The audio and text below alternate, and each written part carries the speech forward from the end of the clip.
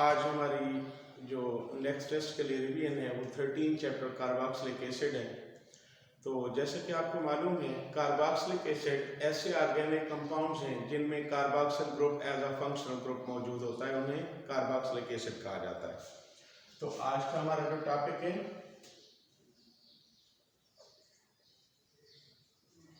Carboxylic acids. Carboxylic acids the organic compound containing carboxyl group as functional group are called carboxylic acids। अब ये जो carbonyl group है, carbonyl group plus OH hydroxyl group, hydroxyl group तो carbonyl से carb और hydroxyl से ऑक्सिल, तो दोनों का कॉम्बिनेशन ये क्या बन जाता है, कार्बोक्सिल ग्रुप। तो कार्बोक्सिल ग्रुप किसी भी ऑर्गेनिक कंपाउंड में एज फंक्शनल ग्रुप मौजूद होगा तो उसे हम क्या कहेंगे, कार्बोक्सिलिक एसिड्स। अब बेटा देखिए, कार्बोक्सिलिक एसिड RCOOH, अब ये ऐसा कार्बोक्सिलिक एसिड है जिसमें ओनली वन कार्बोक्सिल ग्रुप मौजूद है, तो ये क्या होगा, मोनो कार्बोक्सिलिक एसिड। और इसी तरह से आप देखिए COOH, COOH, अब ये एक ऐसा कार्बोक्सिलिक एसिड है जिसमें टू कार्बोक्सिल ग्रुप मौजूद हैं, तो इसको हम कहेंगे डाइकार्बोक्सिलिक एसिड, डाइकार्बोक्सिलिक एसिड। और अगर more than two carboxyl groups हों उन्हें हम कहेंगे पॉलीकार्बोक्सिलिक एसिड। लेकिन हमारे एफएससी के सिलेबस में हमने मोनोकार्बोक्सिलिक एसिड और डाइकार्बोक्सिलिक एसिड पढ़ने हैं। अब इनका जो नाम लिखने का तरीकाकार है, IUPAC सिस्टम, नामनक्लेचर हम लोग ऑलरेडी पढ़ चुके हैं, लेकिन यहाँ पे एक दो एग्जांपल्स हम डिस्कस करते हैं। कि फर्स्ट करें, हमारे पास है HCOOH, कॉमन नेम इसका है फॉर्मिक एसिड। और अगर हम IUPAC सिस्टम के तहत देखें तो वन कार्बन यहाँ मौजूद है, वन कार्बन वाली अल्केन मीथेन होती है, हम इसको नाम देंगे।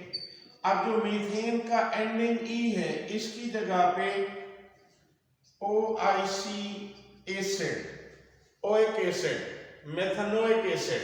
इसी तरह से CH3COOH, अब टू कार्बन है, टू कार्बन वाला अल्केन होता है इथेन, और एंडिंग E ऑफ इथेन को हम ओइक एसिड में बदल देंगे, तो ये क्या बन जाएगा, ethanoic acid, propanoic acid, butanoic acid. यानी हम यहाँ पे ओइक एसिड सफिक्स लगाएंगे किसका, अल्केन का, लफ्ज बन जाएगा अल्कानोइक acid.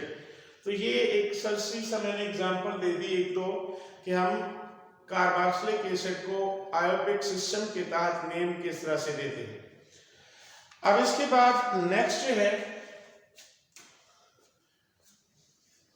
Methods of preparation, methods of preparation. अब फर्स्ट मेथड जो इसका प्रिपरेशन का है वो है फ्रॉम प्राइमरी अल्कोहल्स। तो बेटा जैसा कि हम पहले भी पढ़ चुके हैं कि primary alcohols are oxidised to aldehydes and aldehydes are oxidised to carboxylic acids. Suppose हमारे पास है RCH2OH plus atomic oxygen, atomic oxygen ये कहां से आएगी, हम लेंगे KMnO4 एसिडिफाइड या K2Cr2O7 एसिडिफाइड, कोई भी स्ट्रॉन्गर ऑक्सीडाइजिंग एजेंट ले लेंगे। तो यहाँ अल्फा कार्बन कार्बोनाइल ग्रुप में चेंज होनी है, RCOH plus water, alpha carbon of primary alcohol carbonyl group में चेंज होगी और ये बन जाएगा एल्डिहाइड। एल्डिहाइड को फर्दर ऑक्सीडाइज करेंगे, H plus atomic oxygen under same condition, ये बन गया RCOOH कार्बोक्सिलिक एसिड। अब फर्ज करें आपको एग्जामिनर कहता है कि अल्कोहल से एसिटिक एसिड बनाए, तो हमें मालूम होना चाहिए एसिटिक एसिड में कितने कार्बन है, 2 कार्बन। तो हम अल्कोहल भी 2 कार्बन बना लेंगे। देखिए CH3 CH2 OH atomic oxygen under same conditions, ये बन जाएगा CH3। अब ये जो अल्फा कार्बन है इसमें कार्बोनाइल ग्रुप में चेंज होना है, तो COH प्लस वाटर, ये एसिटाल्डिहाइड बन गए। CH3 COH plus atomic oxygen under same oxidising agent. तो अब यहाँ पे ये जो फॉर्माइल ग्रुप है इसमें कार्बोक्सिल ग्रुप में चेंज हो जाना है, CH3 COOH एसिटिक एसिड बन गया। तो किसी भी कार्बोक्सिलिक एसिड को अगर प्राइमरी अल्कोहल से प्रिपेयर करना हो तो हम ऑक्सीडेशन करेंगे।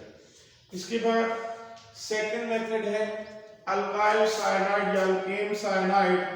आप देखिए बेटा, ये फ्रॉम अल्काइल साइनाइड या अल्काइल अल्केन साइनाइड। अगर हमारे पास है CH3CN मिथाइल साइनाइड, आप इसकी एसिड हाइड्रोलिसिस करेंगे H2O in the presence of acid catalyst, या आप डायरेक्ट H3O पॉजिटिव भी लिख सकते हैं। तो आप जानते हैं कि जब एसिड हाइड्रोलिसिस की जाती है सियानो ग्रुप वाली कार्बन कार्बोक्सिल ग्रुप में चेंज हो जाती है, CH3COOH प्लस NH4 पॉजिटिव। ये जो नाइट्रोजन है बेसिकली अमोनिया की फॉर्म में NH3 की फॉर्म में रिलीज होगी, और चूंकि हम एक्वस सॉल्यूशन ऑफ एसिड ले रहे हैं मीडियम के तौर पे, तो अमोनिया जो बनेगी वो एसिडिक सॉल्यूशन से प्रोटॉन पिक करके अमोनियम आयन की फॉर्म में रिलीज होगी। तो ये एसिडिक एसिड बन गया। अब सवाल ये पैदा होता है कि ये अल्काइल नाइट्राइल कहाँ से आ गया। देखिए हम ये करते हैं, कोई भी अल्काइल हैलाइड है प्लस KCN एक्वस सॉल्यूशन, तो इससे अल्काइल साइनाइड और KX पोटेशियम हैलाइड बन जाता है। अब बेटा देखिए, एक कार्बन आ रहा है सियानो ग्रुप से, बाकी कार्बन इस अल्काइल ग्रुप से आएंगे। तो जितने कार्बन अल्काइल ग्रुप में होंगे उससे 1 कार्बन ज्यादा होगा कार्बोक्सिलिक एसिड में। फर्ज करें आपको कहा जाता है मीथेन को एसिटिक एसिड में कन्वर्ट करें। अब ये शॉर्ट क्वेश्चंस आते हैं कि मीथेन को एसिटिक एसिड में, इथेन को प्रोपेनोइक एसिड में, यानी 1 कार्बन इंक्रीज करना है और किसी अल्केन को कार्बोक्सिलिक एसिड में कन्वर्ट करना है।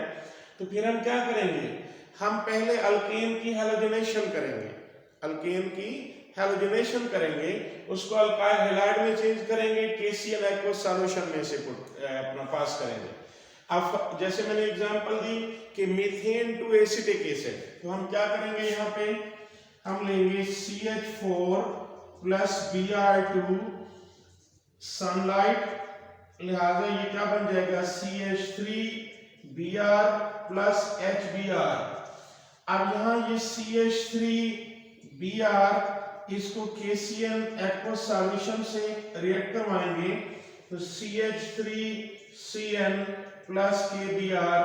अब ये जो प्रोडक्ट बनी है मिथाइल साइनाइड की एसिड हाइड्रोलिसिस करेंगे तो एसिटिक एसिड बन जाएगा। किसी भी अल्केन को इस मेथड से आप कार्बोक्सिलिक एसिड में कन्वर्ट कर सकते हैं, लेकिन पहले हमें क्या करना होगा, मीथेन की हैलोजनेशन और उसके बाद KCN एक्वस सॉल्यूशन से पास करना होगा, अल्काइल साइनाइड या अल्काइल नाइट्राइल बनाना होगा, और उस अल्काइल साइनाइड या अल्काइल नाइट्राइल की एसिड हाइड्रोलिसिस करेंगे तो कार्बोक्सिलिक एसिड बन जाएगा। और ये मेथड हमें उस वक्त यूज करना है जब किसी अल्केन या अल्काइल हैलाइड को कार्बोक्सिलिक एसिड में कन्वर्ट करना हो और 1 कार्बन इंक्रीज भी करना हो, तब हम ये मेथड यूज करेंगे। अब इसी तरह से अदर मेथड्स ऑफ प्रिपरेशन को हम देखेंगे। अदर मेथड्स ऑफ प्रिपरेशन, उसमें 2 मेथड हमने पढ़ लिए। नेक्स्ट है ग्रिग्नार्ड रीजेंट से। अब ये जो ग्रिग्नार्ड रीजेंट वाला मेथड हम पढ़ने वाले हैं, ये भी एक्चुअली 1 कार्बन इंक्रीज करने का मेथड है। From Grignard's reagent. अब ग्रिग्नार्ड रीजेंट आपको पता है कि अल्काइल मैग्नीशियम हेलाइड होता है। ग्रिग्नार्ड रीजेंट क्या है? Alkyl magnesium halide. अब सपोज मैं यहां ले रहा हूं CH3MgBr मिथाइल मैग्नीशियम ब्रोमाइड, मैं इसको रिएक्ट करवा देता हूं CO2 के साथ। अब partial negative carbon partial positive. अब बेटा देखिए मैग्नीशियम पॉजिटिव कार्बन नेगेटिव और ये ब्रोमीन नेगेटिव। अब ये जो न्यूक्लियोफिलिक कार्बन है ये अटैक करेगा इलेक्ट्रोफिलिक कार्बन पे और इधर से दो जो पाई बॉन्ड है पाई बॉन्ड कोई सा एक ऑक्सीजन पर शिफ्ट हो जाएगा। अब प्रोडक्ट हमारी क्या होगी? ये CH3 ग्रिग्नार्ड रीजन वाला किसके साथ बॉन्ड बना रहा है? CO2 वाली कार्बन के साथ ये डबल बॉन्ड और ये single bond negative Mg positive Br। इसके बाद आप इस स्पीशीज को ले आएंगे रिएक्टेंट साइड पे सेकंड में। अब यहाँ ईथर या CCl4 एज मीडियम लेना है। CH3 CO O negative Mg positive Br plus HOH hydrolysis कर देनी है in the presence of acid, partial positive negative. अब ये जो नेगेटिव चार्ज ऑफ ऑक्सीजन है ये प्रोटॉन और वाटर पे अटैक करेगा, ये बॉन्ड शिफ्ट होगा हाइड्रोक्सिल ग्रुप पे। तो प्रोडक्ट क्या बन जाएगी? CH3 COOH acetic acid plus MgOH Br। अब बेटा देखें हम मिथाइल मैग्नीशियम ब्रोमाइड से चले थे, यहां 1 कार्बन था, इससे 2 कार्बन वाला प्रिपेयर हुआ क्योंकि 1 कार्बन CO2 से आ गई। तो अब अभी हमने जैसे मीथेन को एसिटिक एसिड में कन्वर्ट किया था, मीथेन को पहले अल्काइल हैलाइड में चेंज किया, फिर KCl सॉल्यूशन से रिएक्ट करवाया हाइड्रोलिसिस की वगैरह वगैरह। अब मीथेन को एसिटिक एसिड में कन्वर्ट करना है, 1 कार्बन इंक्रीज करना है। तो अब मीथेन को पहले आप उसी तरह से हैलोजिनेशन करेंगे, मिथाइल हैलाइड बनाएंगे। देख लें CH4 प्लस Br2 सनलाइट, तो ये CH3 Br प्लस HBr। अब ये CH3 Br methyl bromide heated magnesium के साथ आप रिएक्ट करवाएंगे, तो CH3 MgBr methyl magnesium bromide यानी ग्रिग्नार्ड रीजन बन जाता है। अब ये जो ग्रिग्नार्ड रीजन बना है इसको आप CO2 के साथ रिएक्ट करवाएंगे, एसिटिक एसिड बन जाएगा। तो किसी भी अल्केन को अगर 1 कार्बन इंक्रीज करके आप कार्बोक्सिलिक एसिड में कन्वर्ट करना चाहते हैं तो फिर आप पहले अल्केन की हैलोजिनेशन करेंगे, अल्काइल हैलाइड बनेगा, अल्काइल हैलाइड को हार्ट मैग्नीशियम के साथ रिएक्ट करवाएंगे, alkyl magnesium halide Grignard reason बन जाएगा, ग्रिग्नार्ड रीजन को CO2 से रिएक्ट करवाएंगे, कार्बोक्सिलिक एसिड बनेगा। अब अल्केन को इस मेथड से कार्बोक्सिलिक एसिड में कन्वर्ट किया जाता है, लेकिन उस वक्त जब हमें 1 कार्बन इंक्रीज करना हो तब हम ये मेथड यूज करते हैं। इसके बाद नेक्स्ट जो है मेथड नंबर 4,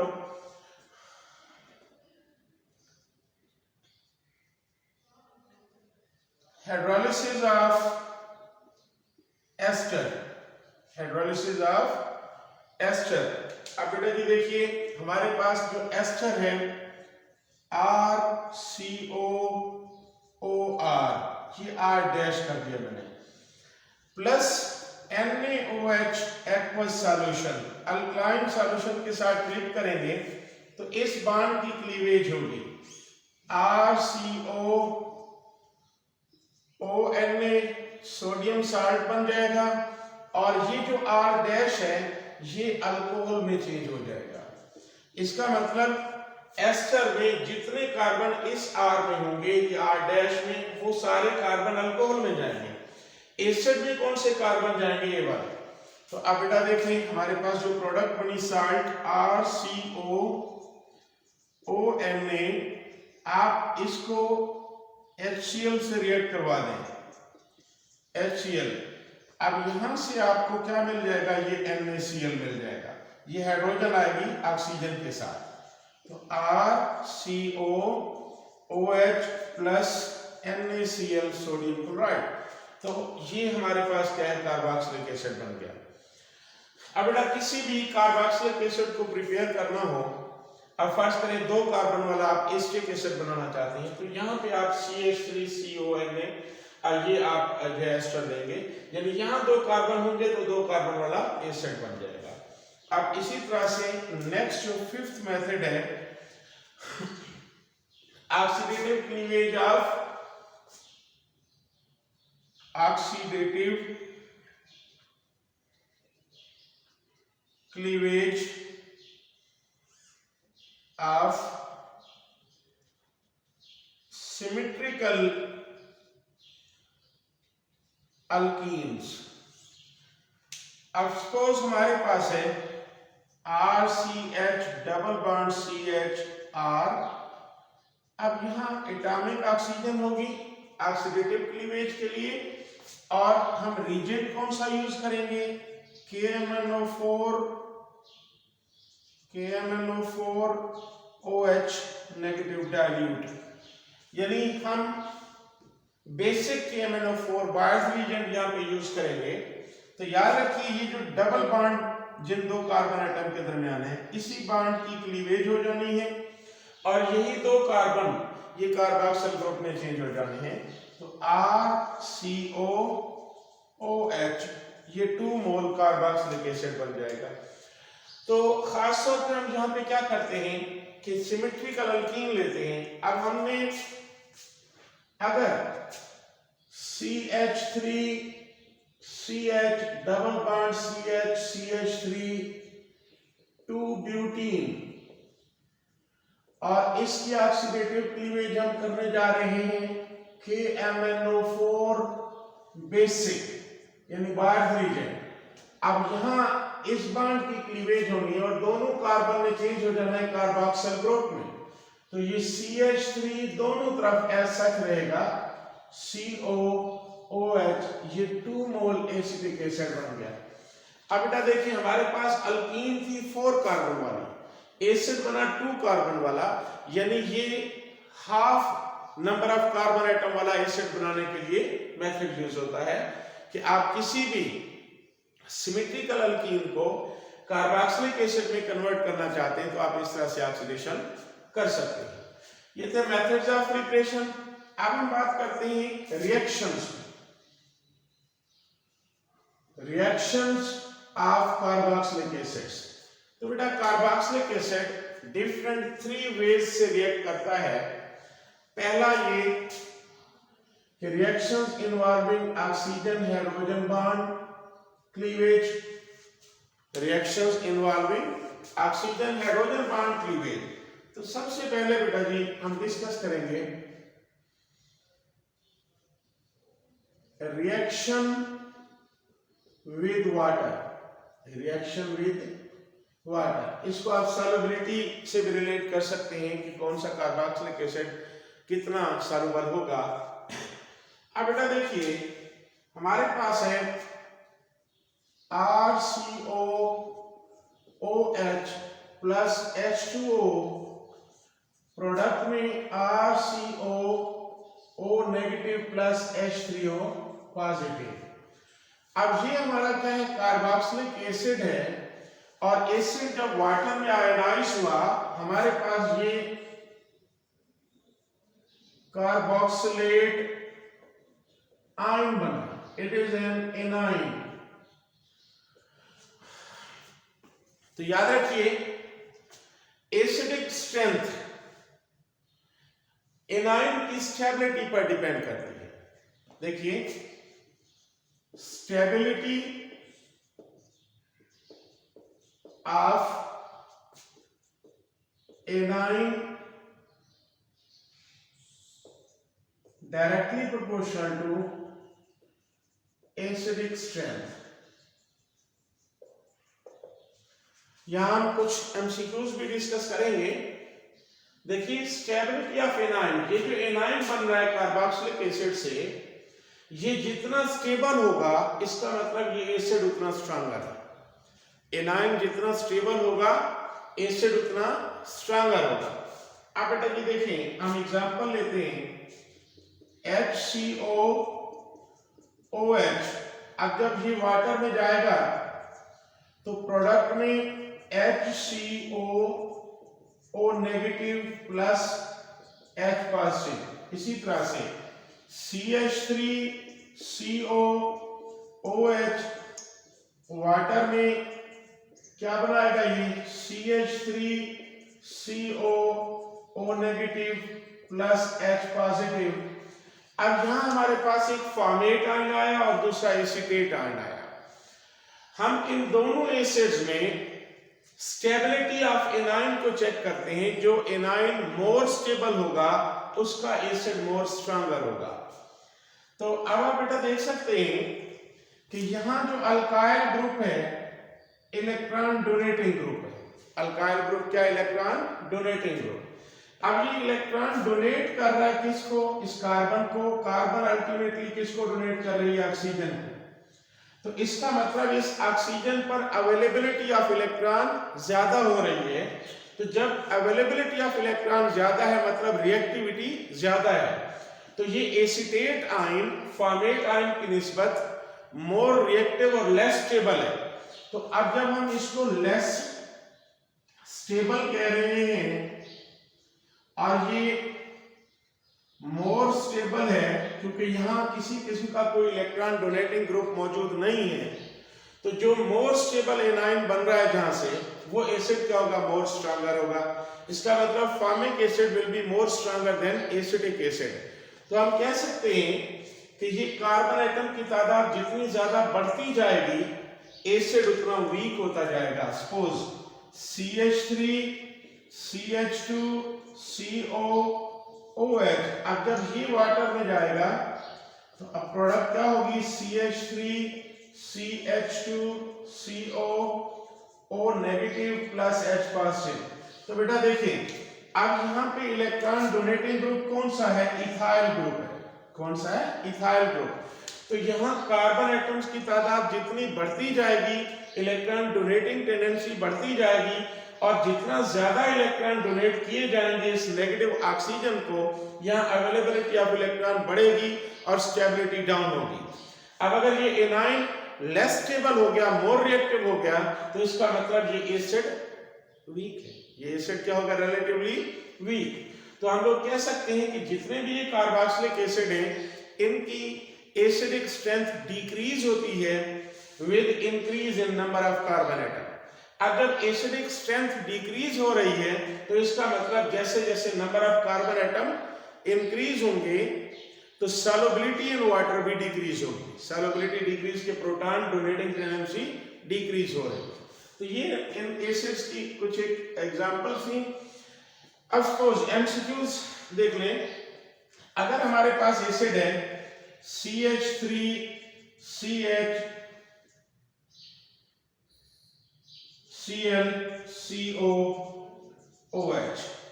अब बेटा ये एसिड आ गया हमारे पास।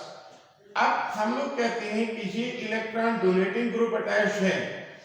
अब जब ये प्रोटॉन लूज करेगा नेगेटिव चार्ज आएगा ऑक्सीजन पर। क्लोरीन यहाँ अटैच है। क्लोरीन इलेक्ट्रॉन विथड्रॉइंग इफेक्ट रखता है। Chlorine electron withdrawing. तो अब जब ये क्लोरीन इलेक्ट्रॉन विथड्रॉ करेगा इसका मतलब ऑक्सीजन पर अवेलेबिलिटी ऑफ इलेक्ट्रॉन लेस हो गई, तो ये क्या होगा, मोर स्टेबल होगा। क्या होगा, मोर स्टेबल। अब जो प्रोपेनोइक एसिड था इसका ये एनाइन बना, इसकी निस्बत आप देखिए यहाँ भी 3 कार्बन है, यहाँ भी 3 कार्बन है, लेकिन एक क्लोरो ग्रुप यहाँ है वहां क्लोरो ग्रुप नहीं है। तो अब इस इलेक्ट्रॉन विथड्रॉइंग ग्रुप की वजह से ये एनाइन मोर स्टेबल हो जाता है। इसका मतलब प्रोपेनोइक एसिड की निस्बत ये एसिड क्या होगा, मोर स्ट्रॉन्गर होगा। ये इजीली प्रोटॉन डोनेट करेगा। अब जितने इलेक्ट्रॉन विथड्रॉइंग ग्रुप बढ़ते जाएंगे एनाइन की स्टेबिलिटी बढ़ती जाएगी और एसिड स्ट्रॉन्गर होता जाएगा। अब अगर हम अदर प्रॉपर्टीज को डिस्कस करें एसिड की, जो अदर रिएक्शंस हैं उनमें अल्कलीज और बेसिस के साथ रिएक्शन है, आपको पता है एसिड न्यूट्रलाइजेशन रिएक्शन देते हैं, अल्कलीज और बेसिस के साथ रिएक्ट करके साल्ट और वाटर बन जाएगा। सैंपल के तौर पे एक reaction with alkalis and bases. अब बेटा देखिए, कोई भी कार्बोक्सिलिक एसिड ले लें, RCOOH plus NaOH aqueous alkali, आप रिएक्ट करवा रहे हैं RCOONA sodium salt of carboxylic acid बन गया, यानी न्यूट्रलाइजेशन हो गई।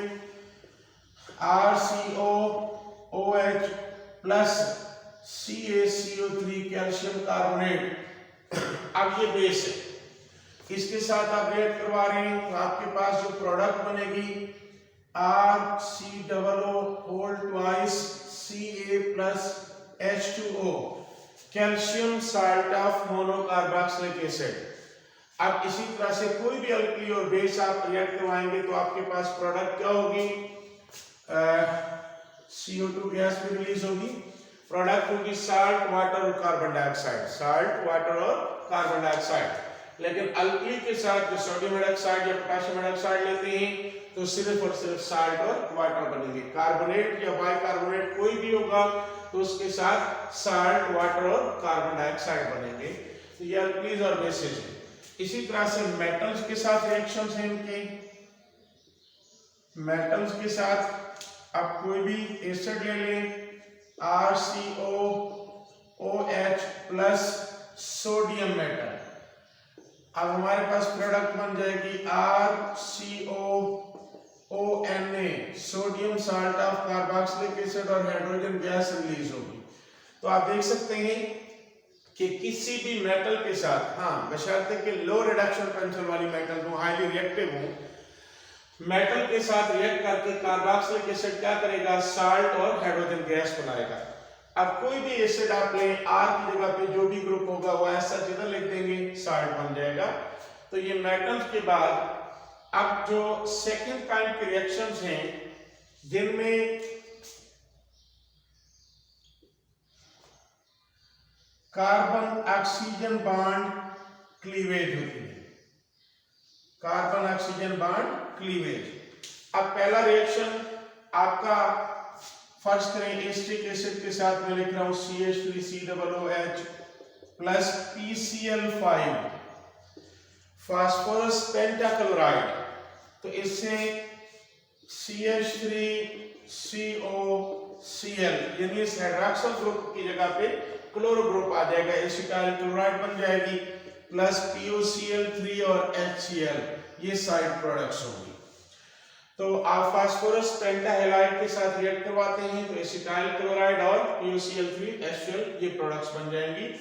इसी तरह से अगर मैं एसिटिक एसिड को रिएक्ट करवाता हूं SOCl2 के साथ थायनाइल क्लोराइड, तो यहां पे भी CH3COCl प्लस SO2 और HCl।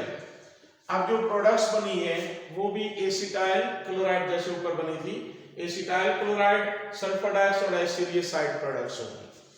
अब इस रिएक्शन का मैकेनिज्म देखिए जरा, मैकेनिज्म क्या होगा, CH3COOH प्लस SOCl2। अब बेटा देखिए SOCl2 का स्ट्रक्चरल फार्मूला मैंने लिखा, यहां पे सल्फर की +4 ऑक्सीडेशन स्टेट है और ये 4 कोवलेंट बॉन्ड बना रहा है, इसका मतलब सल्फर ने कहीं ना कहीं तो लोन पेयर यूज किया होगा, लिहाजा ये सल्फर यहाँ पे क्या है, इलेक्ट्रोफिलिक है। और अब यहाँ ये जो ऑक्सीजन एटम है हाइड्रोक्सिल ग्रुप वाला, ये अपना लोन पेयर यूज करते हुए सल्फर पर अटैक करेगा और इधर से जो पाई बॉन्ड होगा ऑक्सीजन पर शिफ्ट हो जाएगा। प्रोडक्ट क्या बना दिया हमने, CH3COOH, ये CH3COH ये ऑलरेडी यहाँ मौजूद है। इस ऑक्सीजन में आप बॉन्ड बनाना है सल्फर के साथ, ये सल्फर, अब इस सल्फर के साथ 2 क्लोरीन एटम्स हैं और एक ऑक्सीजन है, 2 क्लोरीन हो गए और ये एक ऑक्सीजन नेगेटिव। इस ऑक्सीजन पर पॉजिटिव चार्ज आएगा, क्यों? क्योंकि इसने लोन पेयर डोनेट किया है सल्फर। अब ये जो स्पीशीज बनी है, नेक्स्ट स्टेप में देखिए CH3 C double bond O positive H और इधर सल्फर 2 क्लोरीन एटम से और एक ऑक्सीजन नेगेटिव चार्ज के साथ। तो बेटा देखिए हमने इसको न्यूट्रल करना, ये बॉन्ड शिफ्ट होगा ऑक्सीजन पर, तो ऑक्सीजन न्यूट्रल हो जाएगी, यहां से प्रोटॉन निकलेगा प्लस ये H पॉजिटिव प्लस। अब जैसे ये ऑक्सीजन न्यूट्रल हुई और ये नेगेटिव चार्ज क्या करेगा, रिवर्स आएगा, ऑक्सीजन और सल्फर में डबल बॉन्ड बनेगा। इन 2 क्लोरीन में से कोई सा एक क्लोरीन एज क्लोराइड आयन निकल जाएगा, प्रोडक्ट क्या बचेगी, Cl negative plus CH3 C double bond O और OS double bond O Cl। हमारे पास अब ये एक H पॉजिटिव बना, एक Cl नेगेटिव बना और ये प्रोडक्ट हमारे पास CH3 ये वाला C double bond O S double bond O Cl, एक Cl बच जाएगा, एक क्लोराइड यहां से निकला है। अब ये क्लोराइड जो है अभी प्रोटॉन के साथ रिएक्ट नहीं करेगा, ये एज न्यूक्लियोफाइल अटैक करेगा, कहां पे, इस इलेक्ट्रोफिलिक कार्बन पे। तो नेक्स्ट स्टेप में देखिएगा हमारे पास था CH3 C double bond O S double bond O Cl plus Cl negative.